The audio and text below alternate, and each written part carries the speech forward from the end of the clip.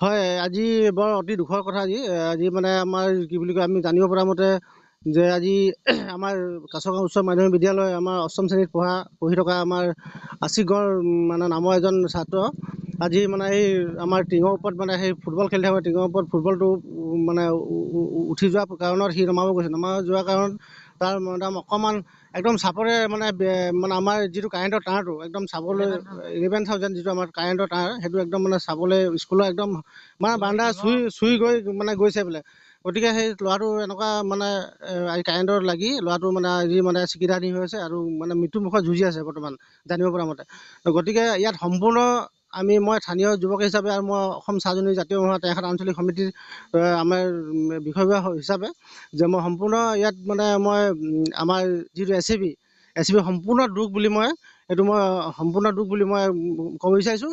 আৰু গতিকে আমি জানিব পৰা মতে গৈছোঁ, আমি স্কুলৰ কৰ্তৃপক্ষই আমি স্কুলৰ মানে আমাৰ প্ৰিন্সিপালৰ পৰা আমি গম পালোঁ যে এই বস্তুটো আগতে সিহঁতক জনাইছিলে, বাৰম্বাৰ জনাইছিলে যে কাগজখন দিছিলে আপোনালোকে এওঁলোকক লিখিতভাৱে যে আপোনালোকে তাঁৰটো আঁতৰাই দিয়ক, গতিকে আমাৰ আগন্তুক দিনত বিপদ হ'ব পাৰে বুলি। গতিকে তেওঁলোকে আওকাণ কৰিছে। আওকাণ কৰাৰ কাৰণে আওকাণ কৰিছে আৰু আমি এতিয়া যোগাযোগ কৰাৰ পিছত আমি গম পাইছোঁ তেওঁলোকে মানে গুৱাহাটীলৈ প্ৰেৰণ কৰিছে। আমি ওপৰৱালাক পঠিয়াইছোঁ, ক'ত পঠিয়াইছোঁ। গতিকে আপোনালোকৰ হাতত তেনে কি আছে? আৰু আপোনালোকে যদি চব ওপৰৱালাৰ কথাই সুধি যদি আপোনালোকে কাম কৰে তেতিয়া আপোনালোকৰ মানে আপোনালোকৰ হাতত কি আছে? আমাৰ যিটো বৰডুবি আমাৰ যিটো আমাৰ বিদ্যুৎ বিভাগৰ যি আমাৰ কাৰ্যালয় আছে, তেওঁলোকৰ হাতত কি আছে মই সেইটো জানিব বিচাৰিছোঁ। তেওঁলোকৰ হাতত কি একো নাথাকে নেকি? অকল ওপৰৱালাক সুধিহে কামবিলাক কৰি থাকে। যদি কালি যদি কাৰেণ্টটো তাঁৰটো ছিঙি যদি গোটেই স্কুলখনে জ্বলি যায় বা ছাত্ৰ ছাত্ৰী ইমান হাজাৰ মানে ইমান শ ছাত্ৰ ছাত্ৰী পঢ়ি আছে, গোটেই যদি ল'ৰা ছোৱালীৰ গাত কাৰেণ্ট লাগে তেতিয়া কি আপোনালোকে সুধিব নেকি মানে গুৱাহাটী মানে কৰ্তৃপক্ষক যে এনেকুৱা তেনেকুৱা বুলি? গতিকে আমি সকিয়নিকে একদম ভালকৈ সকিয়নি দিছোঁ যে গতিকে অতি শীঘ্ৰে মানে এইটো যাতে কোনো কাৰণে এইটো মানে হেৰি হ'ব নালাগে। আৰু গতিকে তাঁৰটো আমাৰ স্কুলৰ বাউণ্ডেৰীৰ পৰা আঁতৰাই আমাৰ ৰাস্তা যি আছে PWD আমাৰ ৰাস্তা আছে সেই ৰাস্তা কিনাৰেদি নিয়ক। গতিকে আমি সেইটো আমাৰ স্থানীয় ৰাইজ হিচাপে মই সেইটো গৰিহণা দিছোঁ।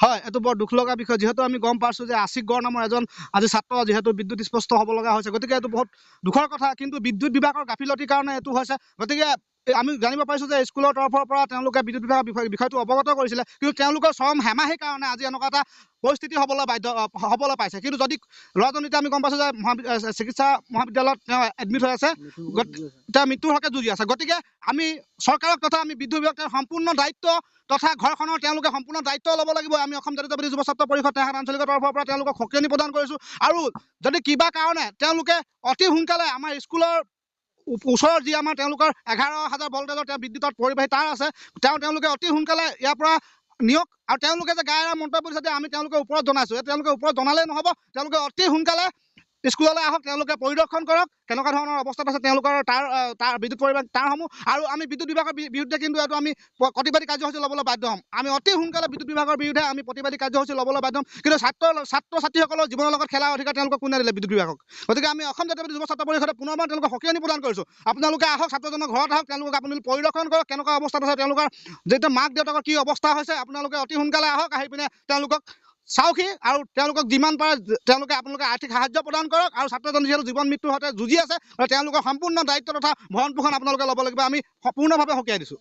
যিহেতু বিদ্যুৎ বিভাগৰ মন্ত্ৰী প্ৰশান্ত ফুকন, কি ক'ব তেখেতলোক, কি বাৰ্তা প্ৰেৰণ কৰিব? হয়, যিহেতু আমাৰ নিজৰ অঞ্চলৰে আমাৰ জিলাখনৰে মন্ত্ৰী আছে আমাৰ প্ৰশান্ত ফুকন ডাঙৰীয়া, তেওঁতো আমি ভাবিছোঁ তেওঁলোক সম্পূৰ্ণ অকমান্য। যিহেতু তেওঁলোকে যে আমাক কৈছে, আজি আমাক SDO জানিব দিছে যে তেওঁলোকে অলৰেডি তেওঁলোকক প্ৰপ'জেল প্ৰেৰণ কৰিছে যে এইটো ব্যৱস্থা ইয়াৰ পৰা আঁতৰাই দিব লাগে টাঁৰকেইডাল। কিন্তু তেওঁলোকে আজি কোনো ধৰণৰ বিষয়টোৰ ওপৰত গুৰুত্ব প্ৰদান নকৰাত আমি বিদ্যুৎ বিভাগৰ মন্ত্ৰীকো আমি সকিয়নি প্ৰদান কৰিছোঁ। আপুনি অতি সোনকালে আহক, আমাৰ ছাত্ৰজনক আপোনালোকে চাই যাওকহি আজি কেনেকুৱা এটা পৰিস্থিতি। আপুনি কিন্তু সম্পূৰ্ণ দায়িত্ব কিন্তু বিদ্যুৎ বিভাগে ল'ব লাগিব। এইটো আমাৰ স্পষ্ট কথা অসম চৰকাৰে ল'ব লাগিব।